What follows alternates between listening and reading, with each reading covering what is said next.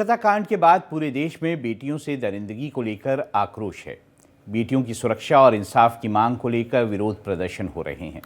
बंगाल में ममता सरकार ने नया अपराजिता विधेयक पास किया है, जिसमें दोषी को 10 दिन में फांसी देने का प्रावधान है। लेकिन शर्मनाक ये है कि बेटियों के साथ ज्यादती नहीं रुक रही। उज्जैन में एक गरीब महिला के साथ फुटपाथ पर सरेआम रेप की वारदात सामने आई, तो जबलपुर में 70 से ज़्यादा छात्राओं को अश्लील वीडियो के नाम पर ब्लैकमेल किया गया। पहले देखिए पूरी खबर।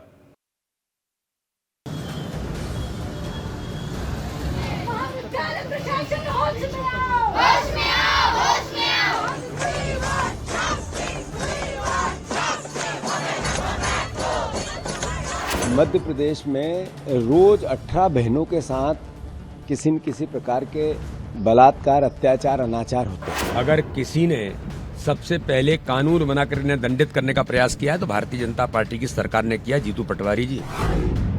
कोलकाता में लेडी डॉक्टर की रेप के बाद हत्या की जघन्य वारदात ने पूरे देश को हिलाकर रख दिया। कोलकाता में अभी भी विरोध प्रदर्शन नहीं रुक रहे। रेप और गैंगरेप की जघन्य वारदात के खिलाफ फांसी की सजा का प्रावधान है। इसके बावजूद दरिंदे बेखौफ हैं। देश में बेटियों की सुरक्षा एक बार फिर गंभीर मसला बन गया है।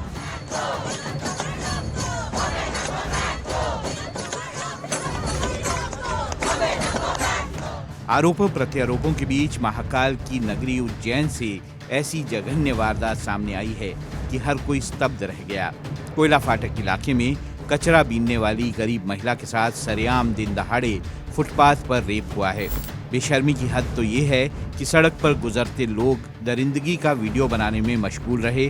किसी ने महिला को बचाने की कोशिश तक नहीं की। हैवानियत का वीडियो सोशल मीडिया पर वायरल हुआ तो भूचाल आ गया। सोचिए, दरिंदे किस कदर बेखौफ हैं और लोग किस तरह संवेदनहीन हैं। वारदात 4 सितंबर की है। आरोपी शख्स ने महिला को पहले जबरन शराब पिलाई और फिर सरेआम फुटपाथ पर ही उसके साथ रेप किया। वारदात के बाद आरोपी फरार हो गया। कोयला फाटक के वहाँ पर तो एक महिला और एक पुरुष का एक आपत्तिजनक वीडियो वायरल होने के बाद मामला संज्ञान में लिया गया। इसके बाद महिला को थाने पर लाकर पूछताछ की गई। वीडियो वायरल होने के बाद उज्जैन पुलिस हरकत में आई और पीड़ित महिला की शिकायत पर पुलिस ने लोकेश नाम के एक आरोपी को गिरफ्तार किया है। लेकिन बेटियां और महिलाओं की सुरक्षा के मुद्दे पर राज्य की सियासत गर्म हो गई है। मध्य प्रदेश में रोज 18 बहनों के साथ किसी न किसी प्रकार के बलात्कार, अत्याचार, अनाचार होते हैं। हद तो तब हो गई जब उज्जैन मुख्यमंत्री का अपनी कॉन्स्टिट्यूंसी में सार्वजनिक स्थान पर फुटपाथ पर एक बहन का रेप कर दिया। क्या हालात है मध्य प्रदेश के? क्यों मौन है मुख्यमंत्री? क्यों मौन है शिवराज सिंह चौहान? क्यों मौन है भारतीय जनता पार्टी? क्यों नरेंद्र मोदी जी को एक शब्द भी इस पे बोलते नहीं आता है? अगर कहीं किसी ने किसी के साथ किसी भी प्रकार की कोई गलत हरकत की है, किसी प्रकार का गलत आचरण किया है और जिस प्रकार की चीजों को वो सामने लाने का प्रयास करते हैं, भारतीय जनता पार्टी में, मध्य प्रदेश में भारतीय जनता पार्टी की सरकार है। ऐसे लोगों को फांसी के फंदे पर पहुंचाने का अगर किसी ने सबसे पहले कानून बनाकर इन्हें दंडित करने का प्रयास किया है तो भारतीय जनता पार्टी की सरकार ने किया। जीतू पटवारी जी। ये कोई कांग्रेस की सरकार नहीं है कि ऐसे लोग बचेंगे, कोई भी हो। उज्जैन की वारदात को लेकर कांग्रेस नेता बीजेपी पर हमलावर हैं। मध्य प्रदेश में बीजेपी की सरकार है और सीएम मोहन यादव उज्जैन से ही हैं। ऐसे में सरेआम ऐसी दरिंदगी की घटना सवाल खड़े करती है। कांग्रेस नेताओं का आरोप है कि बीजेपी नेताओं को अपने राज्यों में बेटियों से दरिंदगी नहीं दिखती है। मध्य प्रदेश में हर रोज 18 बेटियों के साथ दरिंदगी होती है।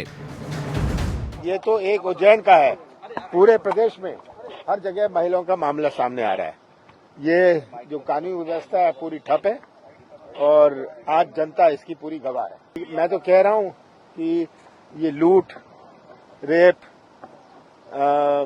ये सब तो पूरे प्रदेश में हर जिले में हर जगह चल रहा है। उज्जैन में महिला के साथ सरेआम फुटपाथ पर रेप हुआ तो जबलपुर में सरकारी गर्ल्स कॉलेज की 70 छात्राओं से ब्लैकमेलिंग का सनसनीखेज मामला सामने आया है। आरोप है कि अश्लील वीडियो वायरल करने का आरोप लगाकर जालसाज ने कॉलेज की 70 छात्राओं को मैसेज भेजकर ब्लैकमेल किया और 2 लड़कियों से पैसे भी वसूले हैं। मतलब एक लड़की ने ये भी बोला कि मैडम हमसे पैसे की मांग की कि आप इतने पैसे दे दो, तो हमने ट्रांसफर कर दिए। तो वो उसका शायद रिकॉर्ड भी है उसके पास में, तो हम वो सहित एफआईआर दर्ज कर रहे हैं। आइए आपको बताते हैं कि क्या है पूरा मामला। घटना शासकीय मान कुंवर बाई महिला कॉलेज की है। ब्लैकमेलर ने खुद को पुलिस अधिकारी बताकर लड़कियों को मैसेज और कॉल किए। आरोपी ने लड़कियों पर आरोप लगाया कि उनके मोबाइल से अश्लील वीडियो वायरल हुए हैं। कॉल करके आरोपी ने लड़कियों को धमकाया और पैसों की डिमांड शुरू कर दी। आरोपी ने 70 लड़कियों को इस तरह से ब्लैकमेल किया और पैसों की डिमांड की। अश्लील वीडियो के जरिए ब्लैकमेलिंग का पता चलते ही पुलिस हरकत में आई और पीड़ित छात्राओं के बयान के आधार पर केस दर्ज कर जांच शुरू की। पुलिस मामले को साइबर फ्रॉड की वारदात बता रही है। आरोपी की तलाश जारी है। ये कहा गया कि यदि आपके द्वारा ये वीडियोस जो है सर्कुलेट किए गए हैं और उसके बाद कुछ बच्चों ने अभी तक ऐसी छात्राएं हैं जिन्होंने अभी तक जिनकी सूचना मिली है जिन्होंने पैसे दे दिए हैं और ये साइबर फ्रॉड का केस है जिसमें एफआईआर रजिस्टर करके आगे कार्रवाई की जाएगी। बंगाल में भले ही बीजेपी बेटियों की सुरक्षा और कानून व्यवस्था के मुद्दे पर ममता सरकार को घेर रही है, लेकिन महिला अपराध के मामले में मध्य प्रदेश और राजस्थान की स्थिति कोई खास अच्छी नहीं है। जरा एनसीआरबी के आंकड़ों पर गौर करिए। साल 2022 में राजस्थान में सबसे ज्यादा रेप के 5,399 मामले दर्ज किए गए। दूसरे नंबर पर उत्तर प्रदेश में 3,690 केस दर्ज हुए, जबकि मध्य प्रदेश में रेप गैंगरेप के 3,039 मामले दर्ज किए गए। बेटियों की सुरक्षा और रेप गैंगरेप को लेकर कड़े कानून बनाए गए हैं, लेकिन हालात नहीं बदल रहे। आंकड़े इस बात की गवाही दे रहे हैं कि जब कोई बड़ी वारदात सामने आती है तो आरोप प्रत्यारोपों की राजनीति शुरू हो जाती है। नोएडा के सेक्टर 24 इलाके में एक निजी स्कूल में बच्चियों के साथ छेड़खानी की वारदात सामने आई है। प्रिंसिपल और टीचर ने मामले को दबाने की कोशिश की है। सवाल ये है कि क्या सिर्फ कानून बनाने से बेटियां सुरक्षित हो जाएंगी? शहर शहर बेटियों के साथ दरिंदगी करने वाले बेखौफ भेड़ियों पर लगाम आखिर क्यों नहीं लग पा रही है?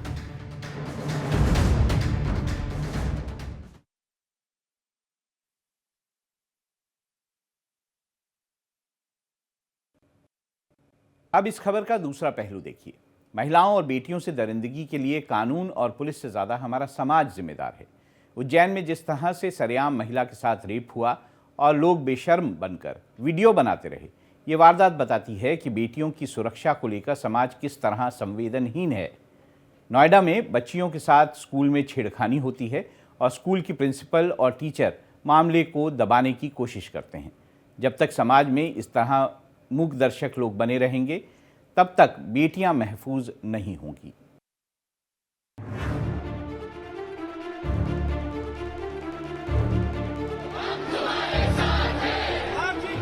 बहुत ही शर्मनाक घटना है, ये होना नहीं चाहिए था।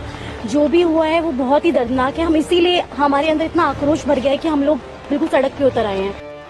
कितनी भी मशालें जलाई जाएं, कितना भी शोर मचाया जाए, शहर शहर कितने भी विरोध प्रदर्शन किए जाएं, लेकिन बेटियों की सुरक्षा को लेकर हालात नहीं बदलेंगे, क्योंकि ये समाज अंधा, गूंगा और बहरा है। क्योंकि समाज के लोग बेशर्मी का चोला ओढ़कर घूम रहे हैं। क्योंकि लोगों को ना तो बेटियों की चीखें सुनाई पड़ती हैं और ना ही दरिंदगी पर खून खौलता है। उज्जैन की वारदात ने समाज का बेशर्म और घिनौना चेहरा एक बार फिर बेनकाब कर दिया है। फुटपाथ पर सरेआम एक दरिंदा महिला से रेप करता है और सड़क पर चल रहे लोग तमाशा देखते रहते हैं। लोग दरिंदगी का वीडियो बनाने में मशगूल रहते हैं। ना तो कोई पुलिस को खबर देने की जरूरत समझता है और ना ही महिला को बचाने की कोशिश करता है। बेशर्मी के साथ कुछ लोग वीडियो को सोशल मीडिया पर वायरल करते हैं, जिसके बाद उज्जैन पुलिस की नींद टूटती है और आनन फानन में आरोपी को गिरफ्तार किया जाता है। आरोपी को आइडेंटिफाई किया, उसको गिरफ्तार किया गया। दोनों का आपत्तिजनक अवस्था में जिसने वीडियो ली है लाइव की जा रही है और जिसने वीडियो वायरल किया उसको जब भी रेप और गैंगरेप की कोई बड़ी वारदात सामने आती है तो सियासी पार्टियां राजनीतिक रोटियां सेकना शुरू कर देती हैं। कानून व्यवस्था और पुलिस पर नाकामी का ठीकरा फोड़ा जाता है, जबकि सच ये है कि कानून और पुलिस से ज्यादा बेटियों के साथ ज्यादती के लिए समाज दोषी है। पुलिस हर वक्त हर जगह मौजूद नहीं रह सकती है। उज्जैन और नोएडा की घटनाएं इसका ताज़ा उदाहरण हैं। नोएडा के एक निजी स्कूल में बच्ची के साथ एक मजदूर छेड़छाड़ करता है। स्कूल की प्रिंसिपल और मैनेजमेंट मामले को छिपाने में लगा रहता है। पुलिस से शिकायत करके आरोपी को गिरफ्तार नहीं कराया जाता। ठेकेदार ने आरोपी मजदूर को भागने में मदद की, जिससे वो फरार हो गया। बच्ची के परिवार की शिकायत पर पुलिस ने एक्शन लिया। क्लास टीचर, प्रिंसिपल और स्कूल के सुपरवाइजर के साथ ठेकेदार को गिरफ्तार कर लिया गया है। बेटियों के साथ ज्यादती के लिए हमारी यही सोच जिम्मेदार है। हम जघन्य वारदातों पर मूक दर्शक बने रहते हैं। दरिंदों को सजा दिलाने की बजाय उन्हें बचाने की कोशिश करते हैं, जिससे उनकी हिम्मत और बढ़ जाती है और वो बार बार वैसी ही वारदात करते हैं। कोलकाता में लेडी डॉक्टर की रेप हत्या का आरोपी आदतन अपराधी है। अगर पहले ही उसके खिलाफ कार्रवाई होती तो शायद इतनी बड़ी वारदात को रोका जा सकता था। इतना हमारे अंदर आक्रोश बढ़ गया है कि हमें ये नहीं पता कि हम अपने वर्किंग आवर्स पे हम 12-12 बजे तक ऑफिस में होते हैं, जब ये घटनाएं डॉक्टर्स और सीएस के साथ होने लगे हैं। अभी डॉक्टर है, इतना पढ़ा, इतना एजुकेशन से कहते हैं कि एजुकेशन से आप सब कुछ कर सकते हैं, बट एजुकेशन के बावजूद भी ये घटना हुई। ये मतलब बहुत ही शर्मनाक घटना है। ये होना नहीं चाहिए था।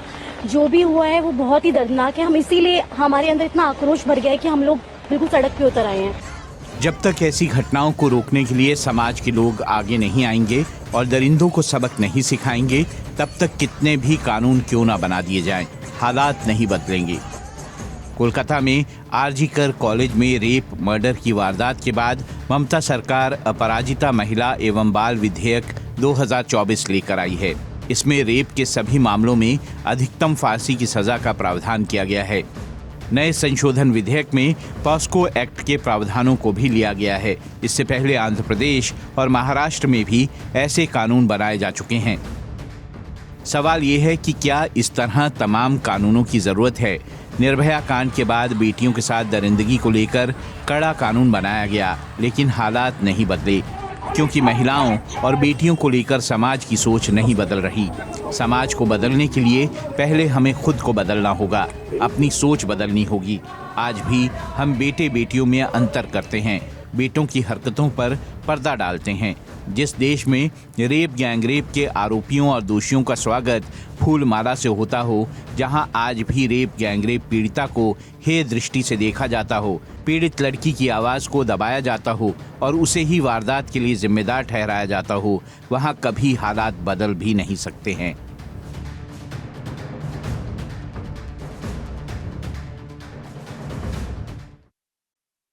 अब बात करते हैं प्राइवेट सेक्टर में नौकरियों की। प्राइवेट सेक्टर में नौकरियों को लेकर हालात भयावह होते जा रहे हैं। आईटी सेक्टर में स्थिति सबसे ज़्यादा खराब है। बड़े बड़े संस्थानों से पढ़ाई करने वाले युवाओं को ढंग से नौकरी नहीं मिल पा रही है। दूसरी तरफ तमाम बड़ी कंपनियां लगातार कर्मचारियों की छंटनी कर रही हैं। अगस्त 2024 में जो टेक कंपनियां हैं, अगर उसका आंकड़ा देखा जाए तो 27,000 से ज़्यादा कर्मचारियों की छंटनी कर दी गई। इंटेल, IBM और सिस्को जैसी बड़ी कंपनियां इसमें शामिल हैं। देखिए ये रिपोर्ट।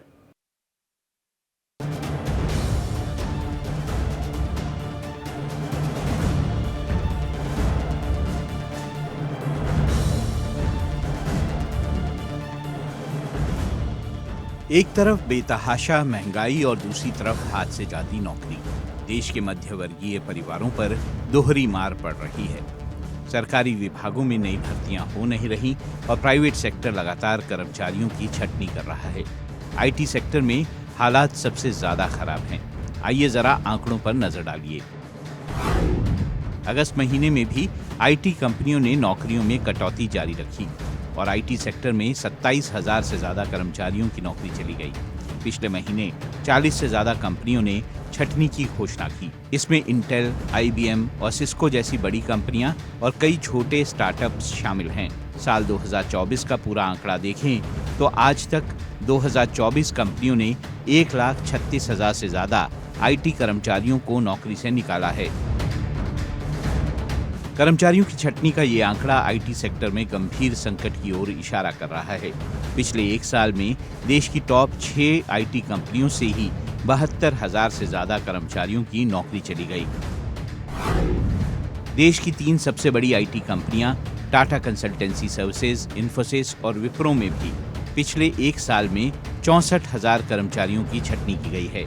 जॉब स्पीक इंडेक्स के मुताबिक दिसंबर 2023 में भारत में व्हाइट कॉलर हायरिंग में 16% की गिरावट आई है। आईटी सेक्टर की कंपनियों में नौकरी छोड़ने की दर में 8 से 9% की गिरावट के बावजूद नई भर्तियों में कमी हुई है।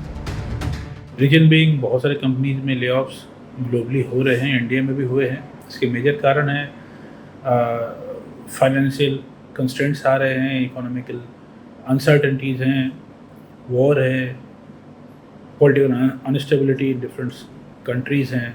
इसके इम्पेक्ट आए हैं और यहाँ भी कई कंपनीज ने ले ऑफ किए हैं, बहुत सारे अपने एम्प्लॉयज़ को उन्होंने बेंच पे रखा है। बट ये इम्पैक्ट ग्लोबली है। रिसेशन का इम्पैक्ट ऑब्वियसली जब बाहर अन्य कंट्रीज में है तो यहाँ भी होगा। जाहिर है कि ये रिसर्च आईटी सेक्टर में मंदी की बड़ी मार की तरफ इशारा कर रही है। आईआईटी बॉम्बे, जो कि देश का सबसे मशहूर संस्थान है और जहां एडमिशन और पढ़ाई युवाओं का सपना होता है, वहां इस साल प्लेसमेंट का रिकॉर्ड देखकर आप सोच में पड़ जाएंगे। आईआईटी मुंबई में इस साल औसत पैकेज 23.5 लाख रुपए रहा। पिछले साल औसत पैकेज 21.8 लाख रुपए था। लेकिन हैरानी की बात यह है कि इस साल 10 छात्रों को 4 से 6 लाख रुपए सालाना का ही पैकेज मिला है। इस साल कैंपस प्लेसमेंट भी 75% से ज्यादा नहीं रहा। कुल मिलाकर आईटी सेक्टर में नौकरियों का गंभीर संकट है। आईआईटी मुंबई जैसे संस्थान से प्लेसमेंट अगर ऐसा हो तो सोचिए कि प्राइवेट कॉलेजों से बीटेक करने वाले छात्रों को कहां नौकरी मिलेगी।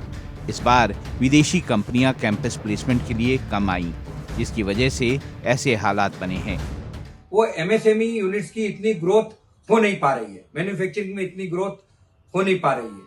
जहां तक सरकारी नौकरियों का सवाल है, मुझे पता नहीं क्यों ये मालूम नहीं है कि सरकार इतनी पोस्टिंग्स जो वैकेंट पड़ी हुई है उस पर जॉब क्यों नहीं दे रही है। मतलब काफी पोजीशंस खाली है। अगर सरकार चाहे तो उन सब पोजीशंस को भर सकती है और लोगों को उसमें अच्छा जॉब, रोजगार मिल सकता है। इंटेल, जो कि अमेरिकी बहुराष्ट्रीय आईटी कंपनी है, उसका हाल देखिए। इंटेल इतिहास के सबसे चुनौतीपूर्ण दौर से गुजर रही है, जिसमें 15,000 लोगों की नौकरी में कटौती की घोषणा की गई है, जो इसके कर्मचारियों की संख्या का 15% से ज्यादा है। ये छटनी 2025 के लिए $10 बिलियन के खर्च में कटौती की योजना का हिस्सा है। दरअसल साल 2020-2023 के बीच कंपनी के सालाना राजस्व में $24 बिलियन की गिरावट आई, जबकि इसी समय सीमा के दौरान इसके कर्मचारियों की संख्या में 10% की वृद्धि हुई। यही वजह है कि कंपनी ने खर्च में कटौतियों और कर्मचारियों की छटनी का फैसला लिया है।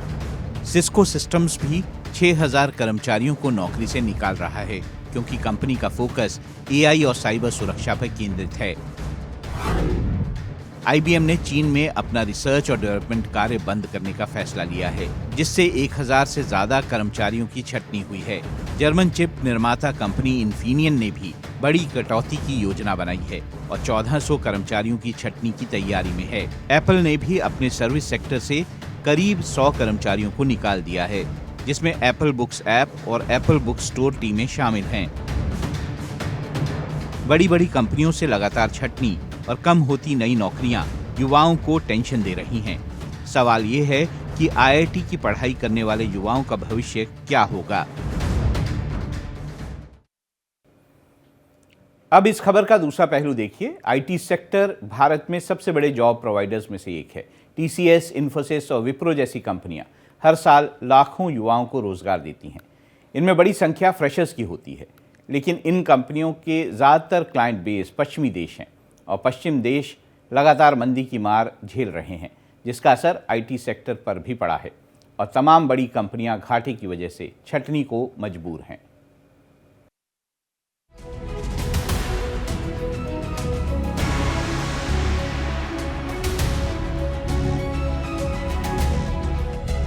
आईटी सेक्टर में मंदी जैसे हालात अब साफ साफ नजर आने लगे हैं। प्राइवेट सेक्टर में स्थिति लगातार खराब होती जा रही है। देश में व्हाइट कॉलर जॉब के मामले में ओपनिंग कई महीनों के निचले स्तर पर है। बीते कई महीने से इसमें अच्छी खासी गिरावट आई है। दूसरी तरफ आईटी सेक्टर लगातार कर्मचारियों की छंटनी कर रहा है। स्टाफिंग फर्म एक्सफेनो के हवाले से एक रिपोर्ट के मुताबिक जुलाई में व्हाइट कॉलर जॉब्स की वैकेंसी कम होकर 2,60,000 पर पहुंच गई। ये पिछले 6 महीने के सबसे निचले स्तर पर है। इससे पहले 2024 के पहले 3 महीनों के दौरान इसमें तेजी देखी गई थी। मेजरली जो आईटी कंपनी जो उनको नए प्रोजेक्ट्स नहीं आ रहे, डिमांड की कमी हो रही है, डिमांड डिक्लाइन हो रहा है, प्रॉफिट मार्जिन श्रिंक हो रहे हैं, तो इसका इम्पैक्ट है। लेकिन गुड न्यूज़ ये है कि इंडियन इकोनॉमी की जहाँ तक बात है, इसका प्रेडिक्शन जो है इसकी सॉलिड ग्रोथ की तरफ है। तो इंडिया का जो जॉब मार्केट है एक्सपेक्टेड है कि 2020-25 में ये बाउंस बैक करेगा और India job scenario in India particularly improve करेगा। आईटी सेक्टर में छटनी और मंदी की मार के पीछे पश्चिमी देशों की खराब अर्थव्यवस्था है।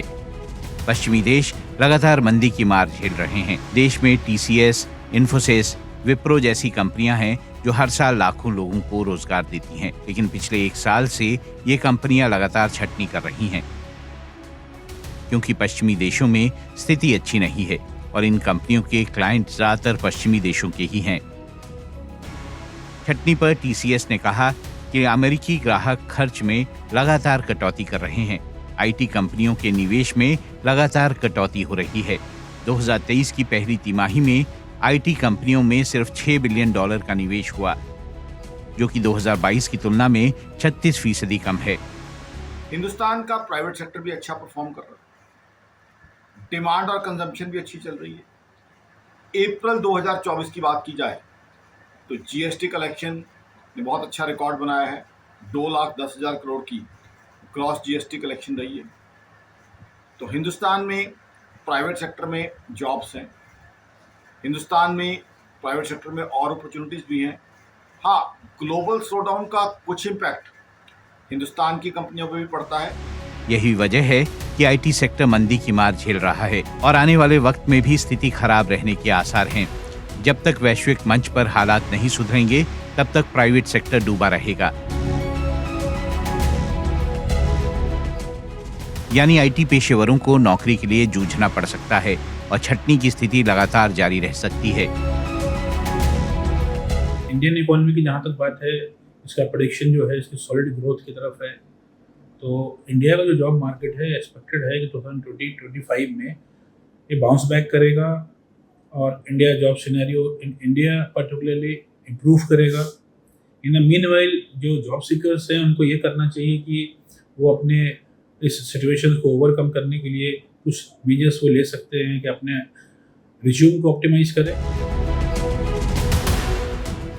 अमेरिका में मंदी के डर ने भारत के कई सेक्टर्स को प्रभावित किया है। इसका असर पिछले दिनों शेयर मार्केट में भी देखने को मिला था। हालांकि अनुमान लगाया जा रहा है कि साल 2025 की पहली तिमाही के बाद आईटी सेक्टर में मजबूती देखने को मिल सकती है।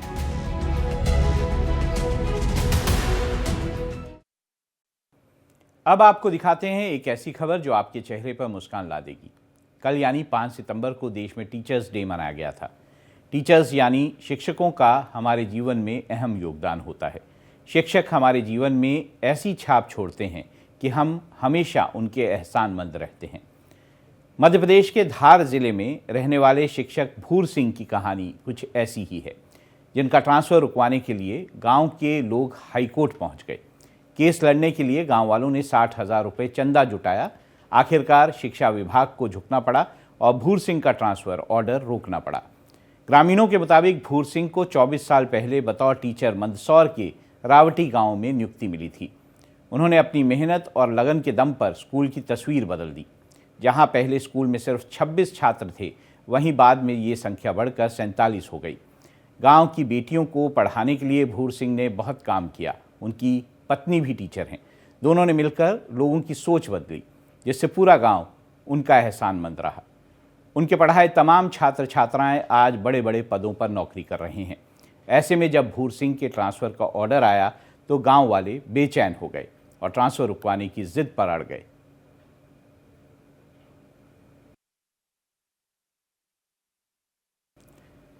दूसरा पहलू में आज इतना ही। कल फिर मिलेंगे शाम 7 बजे कुछ और खबरों और उनके दूसरे पहलुओं के साथ। तब तक मुझे यानी राहुल महाजन को दीजिए इजाज़त, लेकिन आप बने रहिए हमारे साथ, क्योंकि इंडिया डेली पर अभी बाकी हैं कई और खबरें।